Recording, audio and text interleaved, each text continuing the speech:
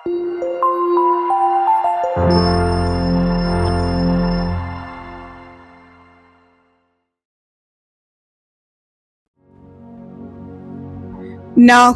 അധ്യായം 1.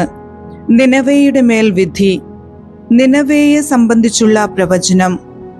എൽക്കോഷനായ നാഹുമിന്റെ ദർശന ഗ്രന്ഥം. കർത്താവ് അസഹിഷ്ണുവായ ദൈവവും പ്രതികാരം ചെയ്യുന്നവനുമാണ്. കർത്താവ് പ്രതികാരം ചെയ്യുന്നവനും ക്രോധം നിറഞ്ഞവനുമാണ്. കർത്താവ് തൻ്റെ വൈരികളോട് പകരം വീട്ടുകയും ശത്രുക്കൾക്കു വേണ്ടി ക്രോധം കരുതിവെക്കുകയും ചെയ്യുന്നു. കർത്താവ് ദീർഘക്ഷമയുള്ളവനും അതിശക്തനുമാണ്. ഒരു കാരണവശാലും അവിടുന്ന് കുറ്റക്കാരെ വെറുതെ വിടുകയില്ല. ചുഴലിക്കാറ്റിലും കൊടുങ്കാറ്റിലുമാണ് അവിടുത്തെ പാത. മേഘങ്ങൾ അവിടുത്തെ പാദങ്ങളിലെ പൊടിയാണ്.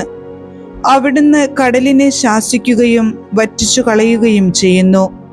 നദികളെ അവിടുന്ന് വരട്ടുന്നു.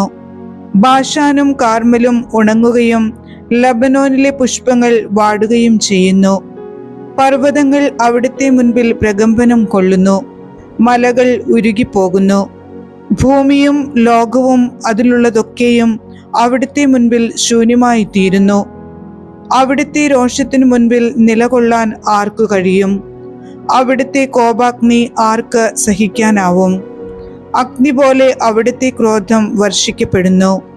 അവിടുന്ന് പാറകളെ ഉടച്ചു കളയുന്നു. കർത്താവ് നല്ലവനും കഷ്ടതയുടെ നാളിൽ അഭയദുർഗവുമാണ്. തന്നിൽ ആശ്രയിക്കുന്നവരെ അവിടുന്ന് അറിയുന്നു. എന്നാൽ കവിഞ്ഞൊഴുകുന്ന പ്രവാഹത്താൽ അവിടുന്ന് തൻ്റെ ശത്രുക്കളെ നിശേഷം നശിപ്പിക്കും. അവിടുന്ന് അവരെ അന്ധകാരത്തിലേക്ക് അനുധാവനം ചെയ്യും. കർത്താവിനെതിരായി നിങ്ങൾ എന്തു ഗൂഢാലോചനയാണ് നടത്തുന്നത്? അവിടുന്ന് അത് നിശേഷം തകർക്കും. ശത്രുക്കളുടെ മേൽ രണ്ടാമതൊരു പ്രതികാരം അവിടുന്ന് ചെയ്യുകയില്ല. കെട്ടുപിണഞ്ഞു കിടക്കുന്ന മുൾപടർപ്പ് പോലെ, ഉണങ്ങിയ വൈക്കോൽ പോലെ അവർ ദഹിപ്പിക്കപ്പെടും. കർത്താവിനെതിരെ ഗൂഢാലോചന നടത്തുകയും ദ്രോഹം ഉപദേശിക്കുകയും ചെയ്ത ഒരുവൻ നിന്നിൽ നിന്ന് ഉത്ഭവിച്ചില്ലേ? കർത്താവ് അരുളി ചെയ്യുന്നു, അവരുടെ ശക്തിയും എണ്ണവും എത്ര അധികമായാലും അവർ വിച്ഛേദിക്കപ്പെട്ട് ഇല്ലാതാകും. ഞാൻ നിന്നെ പീഡിപ്പിച്ചെങ്കിലും മേലിൽ പീഡിപ്പിക്കുകയില്ല. അവന്റെ നുകം നിന്നിൽ നിന്ന് ഞാൻ ഒടിച്ചു കളയുകയും നിന്റെ ബന്ധനങ്ങളെ ഞാൻ ഛേദിക്കുകയും ചെയ്യും. കർത്താവ് നിന്നെപ്പറ്റി കൽപ്പിച്ചിരിക്കുന്നു, നിന്റെ നാമം മേലിൽ നിലനിൽക്കുകയില്ല. നിന്റെ ദേവന്മാരുടെ ആലയത്തിൽ നിന്ന് കൊത്തുവിഗ്രഹവും കർത്താവ് നിന്നെപ്പറ്റി കൽപ്പിച്ചിരിക്കുന്നു, നിന്റെ നാമം മേലിൽ നിലനിൽക്കുകയില്ല. നിന്റെ ദേവന്മാരുടെ ആലയത്തിൽ നിന്ന് കൊത്തുവിഗ്രഹവും വാർപ്പു വിഗ്രഹവും നിന്റെ ദേവന്മാരുടെ ആലയത്തിൽ നിന്ന് കൊത്തുവിഗ്രഹവും വാർപ്പു വിഗ്രഹവും ഞാൻ വെട്ടിമാറ്റും. ഞാൻ നിനക്ക് ശവക്കുഴി ഉണ്ടാക്കും, എന്തെന്നാൽ നീ നികൃഷ്ടനാണ്. സദ്വാർത്ത കൊണ്ടുവരുന്നവന്റെ സമാധാനം പ്രഘോഷിക്കുന്നവന്റെ പാദങ്ങൾ അതാ മലമുകളിൽ. യൂദാ, നീ നിന്റെ ഉത്സവങ്ങൾ ആചരിക്കുകയും നേർച്ചകൾ നിറവേറ്റുകയും ചെയ്യുക. എന്തെന്നാൽ ഇനി ഒരിക്കലും ദുഷ്ടൻ നിനക്കെതിരെ വരികയില്ല. അവൻ നിശേഷം നശിപ്പിക്കപ്പെട്ടിരിക്കുന്നു. അധ്യായം 2. നിനവേയുടെ പതനം. വിനാശകൻ നിനക്കെതിരെ വരുന്നു. കോട്ടകളിൽ പ്രതിരോധം ഏർപ്പെടുത്തുക, വഴികളിൽ കാവൽ നിർത്തുക. നീ അരമുറുക്കുക, സർവശക്തിയും സംഭരിക്കുക. കർത്താവ് യാക്കോബിന്റെ പ്രതാപം പുനഃസ്ഥാപിക്കുന്നു, ഇസ്രായേലിന്റെ പ്രതാപം പോലെ തന്നെ. കവർച്ചക്കാർ അത് അപഹരിച്ച് അവരുടെ ശാഖകളെ നശിപ്പിച്ചു. അവന്റെ യോദ്ധാക്കളുടെ പരിചയ്ക്ക് ചെന്നിറമാണ്. അവന്റെ സൈനികർ രക്താംബരം അണിഞ്ഞിരിക്കുന്നു. അണിനിരന്ന് നീങ്ങുമ്പോൾ അവരുടെ രഥങ്ങൾ തീജ്വാല പോലെ മിന്നുന്നു. പടക്കുതിരകൾ കുതിച്ചു പായുന്നു. രഥങ്ങൾ തെരുവീഥിയിലൂടെ ചീറിപ്പായുന്നു. തുറസായ സ്ഥലങ്ങളിലൂടെ അങ്ങുമിങ്ങും ഓടുന്നു. അവ പന്തങ്ങൾ പോലെ പ്രകാശിക്കുകയും മിന്നൽ പോലെ പായുകയും ചെയ്യുന്നു. സേവകരെ വിളിച്ചുകൂട്ടുന്നു. അവർ ചാടിക്കടക്കുന്നു. അവർ മതിലിനടുത്തേക്ക് ഓടിയെടുക്കുന്നു. ലോഹമറ സജ്ജമാക്കിയിരിക്കുന്നു. നദികൾ തുറന്നുവിട്ടിരിക്കുന്നു. രാജമന്ദിരം തകർന്നു കിടക്കുന്നു. രാജ്ഞിയെ വിവസ്ത്രയാക്കി പിടിച്ചുകൊണ്ടുപോയിരിക്കുന്നു. അവളുടെ ദാസിമാർ പ്രാവുകളെ പോലെ ദുഃഖിച്ചുകൊണ്ട് മാറത്തടിച്ച് നിലവിളിക്കുന്നു. ജലം വാർന്നൊഴുകുന്ന കുളം പോലെയാണ് നിനവേ. നിൽക്കൂ, നിൽക്കൂ എന്ന് അവർ വിളിച്ചു പറയുന്നു. ആരും തിരിഞ്ഞു നോക്കുന്നില്ല. വെള്ളിയും സ്വർണവും കൊള്ളയടിക്കുക, അതിലെ നിധികൾക്ക് അന്തമില്ല. എല്ലാത്തരം അനർഘ വസ്തുക്കളും അവിടെയുണ്ട്. ശൂന്യം, ശൂന്യത, വിനാശം. ഹൃദയം മരവിക്കുന്നു, കാൽമുട്ടുകൾ വിറയ്ക്കുന്നു. അരക്കെട്ടിൽ അതിയായ വേദന. എല്ലാവരുടെയും മുഖം വിളറുന്നു. സിംഹം ഇരയെ കൊണ്ടുവരുന്ന ഗുഹയും സിംഹക്കുട്ടികൾ നിർബാധം വിഹരിക്കുന്ന മാളങ്ങളും എവിടെ? സിംഹം തൻ്റെ കുട്ടികൾക്കു വേണ്ടി വേണ്ടുവോളം മാംസം ചീന്തിക്കീറി വച്ചിട്ടുണ്ട്. സിംഹികൾക്കു വേണ്ടി ഇരയെ ഞെരിച്ചുകൊണ്ടിരിക്കുന്നു. സിംഹികൾക്കു വേണ്ടി ഇരയെ ഞെരിച്ചു കൊന്നിരിക്കുന്നു. ഇരയെ കൊണ്ട് അവന്റെ ഗുഹയും ചീന്തിയ മാംസം കൊണ്ട് മാളവും നിറഞ്ഞിരിക്കുന്നു.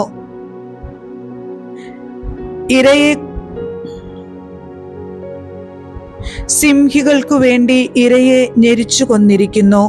ഇരയെ കൊണ്ട് അവന്റെ ഗുഹയും ചിന്തിയ മാംസം കൊണ്ട് മാളവും നിറച്ചിരിക്കുന്നു. സൈന്യങ്ങളുടെ കർത്താവ് അരുളി ചെയ്യുന്നു, ഇതാ ഞാൻ നിനക്ക് എതിരാണ്. ഞാൻ നിന്റെ രഥങ്ങളെ കത്തിച്ചു കളയും. നിന്റെ സിംഹക്കുട്ടികൾ വാളിനിരയാകും. ഞാൻ നിന്റെ ഇരയെ ഭൂമിയിൽ നിന്ന് ഛേദിച്ചു കളയും. നിന്റെ ദൂതന്മാരുടെ സ്വരം മേലിൽ കേൾക്കുകയില്ല.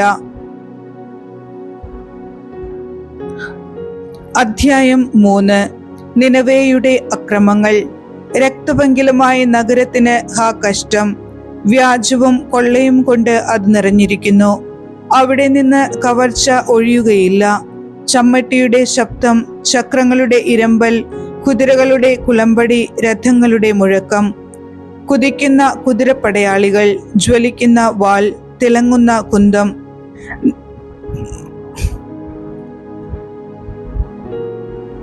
കുതിക്കുന്ന കുതിരപ്പടയാളികൾ, ജ്വലിക്കുന്ന വാൾ, തിളങ്ങുന്ന കുന്തം, നിഹതന്മാരുടെ വ്യൂഹങ്ങൾ, ശവശരീരങ്ങളുടെ കൂമ്പാരം, എണ്ണമറ്റ മൃതദേഹങ്ങൾ.